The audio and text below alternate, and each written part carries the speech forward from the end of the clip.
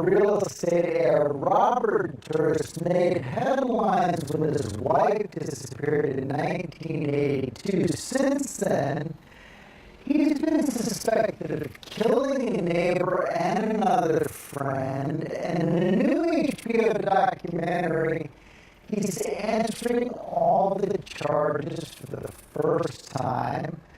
We'll speak with the director, Andrew Jarecki, after this look back at a very strange story. He's the heir to a New York real estate fortune accused of murder. Robert Durst's life has been riddled with chaos, suspicion, and murder for over 30 years. Starting with the disappearance of his first wife, Kathleen, in 1982. Though never officially a suspect, marital problems, including allegations of domestic abuse, fueled suspicion. She was in fear. She didn't know what was going to happen next. 19 years later, authorities believe he may have also been involved in the 2000 murder of his friend, Susan Berman, who contacted New York State Police claiming to have information about the 1982 disappearance of Durst's wife. With his wife's case reopened, police say Durst moved to Texas and began cross-dressing to divert attention and lay low. Until an incident with his 71-year-old neighbor, Morris Black.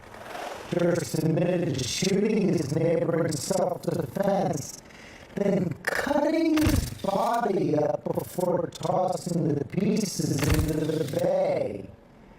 He was acquitted of murder in 2003, sentenced to 5 years for evidence tampering and bond jumping. He's never going to be one of us. Isn't that great? His story inspired the 2010 film All Good Things, starring Ryan Gosling. But he's never told his side of the story until now. And we are joined now by the director, Andrew Jarecki. The new documentary is called The Jinx, but you also directed All Good Things. And after that movie comes out, you get this phone call.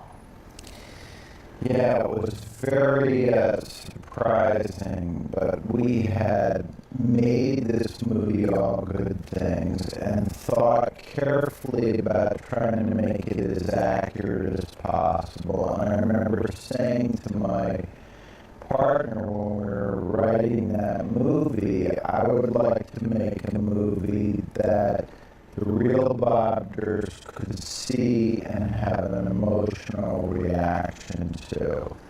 And then, lo and behold, after that movie was finished, but before it came out, he called me out of the blue and he said, I'd like to see it.